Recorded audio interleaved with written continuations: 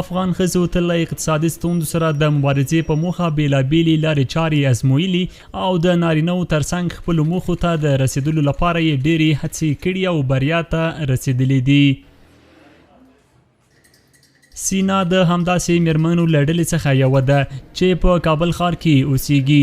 نوموړې د خپلو اولادونو د روزنې ترڅنګ د یوې صنعتکارې په توګه خپله دنده پر مخ وړي. سینا په کابل ښار کې خیاطي لري او هر ډول افغاني جامې جوړوي.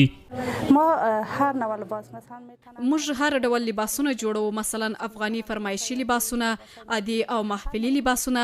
ډیر وخت کېږي چې دلته دکان لرم. موږ هر ډول جامې تیاروو، که هغه قراردادي، تولیدي او داسې نور وي. نوموړې دغه راز زیاتوي خیاطي یې له کوره پیل کړه او اوس په ښار کې دکان لري. سینا وایي د خیاطۍ او کالیو پلورلو ترڅنګ په خپل کارځای کې یو شمېر نجونو ته د خیاطۍ او نورو جامو ګنډلو لارې چارې هم ورښیي. مخکې مې قراردادي کارونه اخیستل، له هټیوالو سره مې قراردادونه وه، جامې مې ورته جوړولې. له کله چې مې خپل دکان جوړ کړی اوس فرمایشي لباسونه اخلم. زما دلته تر اوسه کال نه دی پوره سوی، 4 یا 5 میاشتې مې کېږي چې دا دکان مې په کرایه نیولی.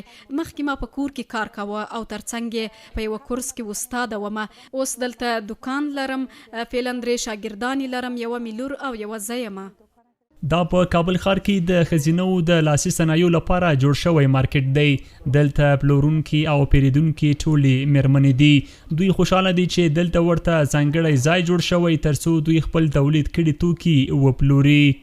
4 سال میشه که ما کار میکنم. 4 کاله کېږي چې زه کار کوم. زما ګنډې افغاني، محفلي او هر ډول لباس چې وي زه یې جوړوم. واسکټونه، بوټان او دې ته ورته نور شیان هم جوړوم.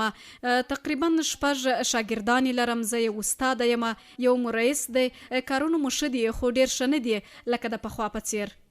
یو شمېر ښځینه متشبثې میرمنې بیا له حکومت څخه غوښتنه لري چې د دوی تولیداتو ته په کور دننه او بهر ښه بازارموندنه وشي او په یو شمېر بهرنیو نندارتونونو کې ورته د ګډون زمینه مساعده شي.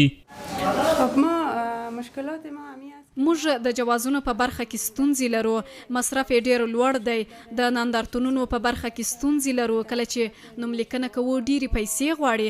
زموږ له حکومت څخه غوښتنه ده چې موږ ته له هېواده د باندې په نندارتونونو کې د ګډون په موخه زمینه برابره کړي څو هلته ګډون وکړو او هلته تولیدات نندارې ته وړاندې کړو. موږ ته د فعالیت اجازه راکړي او مرسته دې راسره وکړي.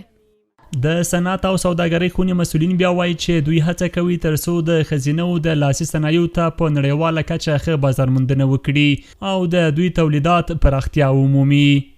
عبدالله حیدرزی، CMG، کابل.